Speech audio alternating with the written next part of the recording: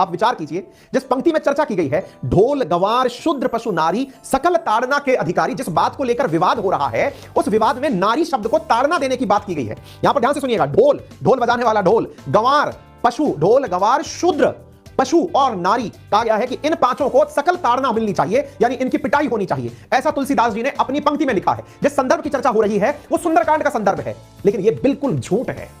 यह बिल्कुल झूठ क्यों है, मैं वही आपको प्रूव करने के लिए साक्ष्य देता जा रहा हूं। मैंने जैसा आपसे कहा शुरुआत में कि सुंदरकांड या पूरी की पूरी रामायण एक प्रबंध काव्य है, और इसको लिखा इस प्रकार से गया है कि जो व्यक्ति अपने भाव व्यक्त करता है उसी की भाषा में बातें लिखी जाती हैं, कि हीरो ने यह कहा, विलन ने यह कहा, एक्ट्रेस ने यह कहा। एग्जैक्टली तुलसी जी के द्वारा जब यह पंक्ति यहां लिखी गई है, वो तुलसीदास जी की पंक्ति नहीं है, तो फिर वो किसकी पंक्ति है?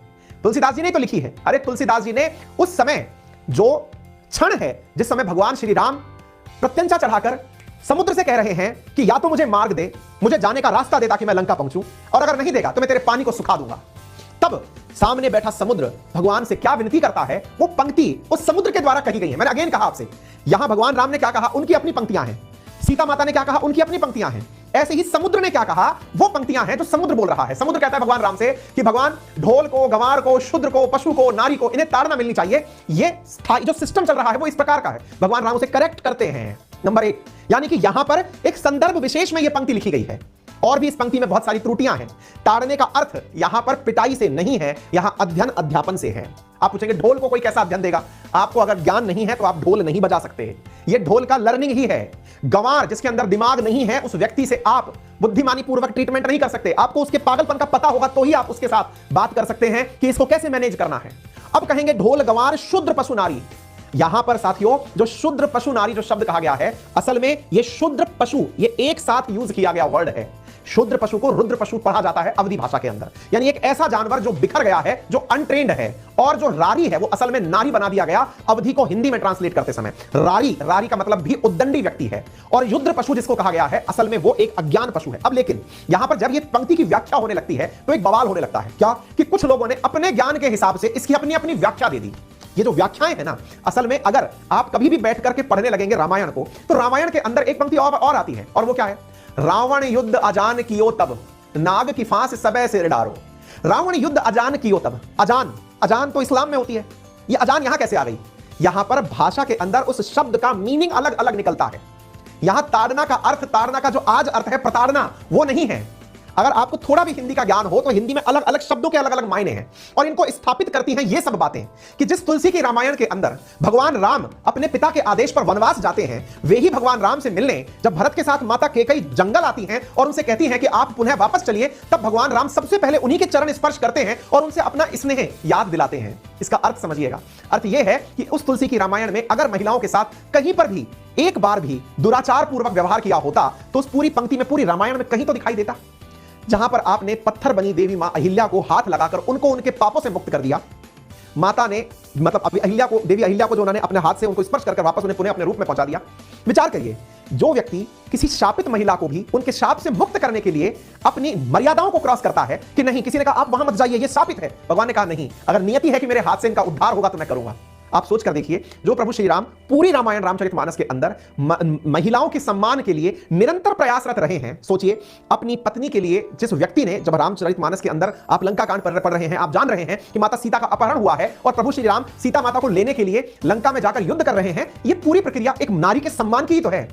असल में एक धारावाहिक बना इसके ऊपर कि प्रभु श्री राम असल में सिया के राम थे, क्योंकि असल में नारी सम्मान के लिए ही पूरी रामायण रची गई है। जहां दशरथ जी ने नारी के सम्मान में माता कैकेयी के माने हुए विचारों की पूर्ति करने के लिए, वचनों की पूर्ति के लिए प्रभु को जंगल भेज दिया। भगवान राम ने रावण का वध सीता माता के लिए कर दिया। कैसे संभव है जो पूरी रामायण एक महिला के सम्मान पर लिखी गई हो, उसमें ऐसी पंक्ति मिल जाए कि नारी को ताड़ना मिलनी चाहिए?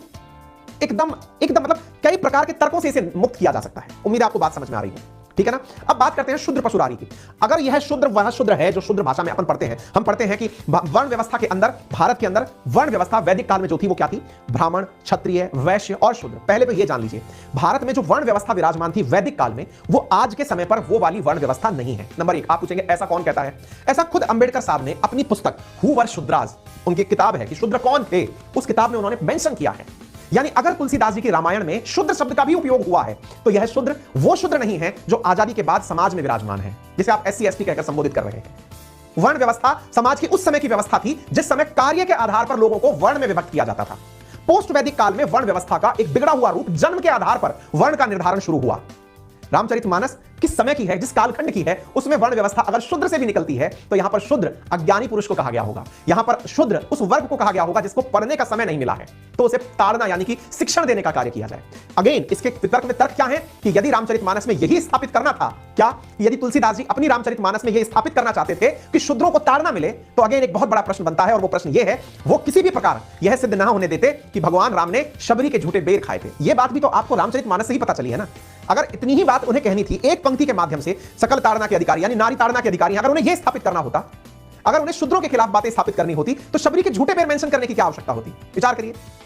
यानी जितना बड़ा संदर्भ शबरी के बारे में लिखा गया शायद वो लिखा ही नहीं जाता फिर तो, क्योंकि लिखने वाले तो खुद तुलसीदास जी थे ना। अगेन इसका मतलब क्या हुआ? कुछ लोग अपने राजनीतिक स्वार्थ के लिए पंक्तियों को तोड़ मरोड़कर उस पंक्ति को उठाकर कि देखो रामचरितमानस में यह पंक्ति लिखी गई है, इस पंक्ति का अर्थ है कि यह धर्म विरोधी है। इसलिए मैं आपसे कह रहा हूं, अज्ञानता उतना ही मतलब मैं क्या कह सकते हैं, उतना ही जहरीला है आपके लिए जितना जहरीला आप किसी प्रॉपर प्रकार से किसी विष को ग्रहण करें, क्योंकि दिमाग से ही तो चलते हैं ना आप अज्ञानता वश भी कुछ गलत निर्णय ले सकते हैं। ऐसी बात यह है कि राम नाम से सबका काम बनता है, और सबका काम बनता है तो राजनीति भी इसी धर्म के इसी नाम पर चल रही है। राजनीति में अब जो असल में मुद्दा जो सबसे बड़ा है ना, वो क्या आया हुआ है, ये शिवपाल यादव जी हैं जो स्पष्टीकरण देने आ चुके हैं। देखिए मुद्दा क्या है राजनीति में जहां आ चुका है अभी, वो ये है कि भारत में इस समय राजनीति में ध्रुवीकरण पहले हिंदू मुस्लिम के बीच हुआ करता था। हिंदू जब यूनाइटेड होने लगे धर्म के नाम पर, तो अब जातियों के नाम पर उनका विभाजन किया जा सके। तो जातियों के नाम पर विभाजन किया जा सके तो जातियों में जिस जाति का वोट बैंक ज्यादा है, वो वोट बैंक में अपनी तरफ करने के लिए क्या करे, तो इनके बीच में बंटवारा करे। तो जाति व्यवस्था में विशेष रूप से ये जो जातीय आधार पर लोगों को बांटने के प्रयास किए जाते हैं, उनमें धार्मिक ग्रंथों को इस प्रकार से टीका टिप्पणी करके उनमें लोगों को, देखिए क्या है ना, नेता जिनको लोग बहुत सारे सुनते हैं, उनकी बातों को सुनने के बाद बहुत सारा लोग अपना मानस बना लेते हैं, उनकी तो राजनीति की रोटियां सीख जाती हैं, क्योंकि फिर वो नेताजी कभी बात करने नहीं आएंगे कि सही क्या है गलत क्या है। आप और हम क्या सोचते हैं कि चलो अच्छा हुआ नेताजी ने ज्ञान दे दिया। नेताजी प्रकांड विद्वान नहीं है, विद्वान ऐसे लोग हैं जिन्होंने पद्म विभूषण प्राप्त किया है अपने ज्ञान के आधार पर। ये हैं श्री रामभद्राचार्य जी, जगत गुरु हैं ये, और रामभद्राचार्य जी जो हैं ये नेत्रहीन है। नेत्रहीन होने के साथ साथ मैं इनके बारे में कहीं पढ़ रहा था, कहीं सुन रहा था इनके बारे में, इनको पद्म विभूषण मिला है। जब राम मंदिर के ऊपर सुनवाई चल रही थी, तो राम मंदिर सुनवाई पर नेत्रहीन होने के बावजूद इन्हें जितने भी वेद हैं वो कंठस्थ याद हैं। इतना ही नहीं, अपने कंठस्थ याद हुए जानकारी में ये बताते हैं कि इन्हें लगभग 1.5 लाख पेज सुनने के साथ इन्होंने याद किए हुए हैं। यानी इनकी शिक्षा व्यवस्था में उन्होंने जो चीजें सुनी वो इन्हें आज तक कंठस्थ याद है। खुद जब बहस चल रही थी सुप्रीम कोर्ट के अंदर, इनके ही मैंने बयान सुने हैं जिसमें ये कहते हैं कि ये सुप्रीम कोर्ट में जाकर के अपने जब तर्क वहां पर प्रस्तुत किए, तो इन्होंने जो साक्ष्य प्रस्तुत किए कि अयोध्या कैसी थी और अयोध्या के अंदर भगवान राम का क्या अस्तित्व था, तो इनके साक्ष्यों में से अधिकांश साक्ष्य इन्होंने जो अपनी सुनने के बाद से जो वेद ज्ञान से जो जानकारी देकर के सुप्रीम कोर्ट में प्रस्तुत की, वो चीजें वहां की वहां मिली है ना। इन जैसे लोगों का कहना तक आप सुनिए कि इन्होंने क्या कहा है उस पंक्ति के बारे में, क्योंकि जितना ज्ञान मुझे है उससे कई गुना ज्ञान धर्म के बारे में इनको है। और साधु संत जो होते हैं वो किसी जाति व्यवस्था के नहीं होते हैं, वो समाज के किसी भी वर्ग के नहीं होते हैं।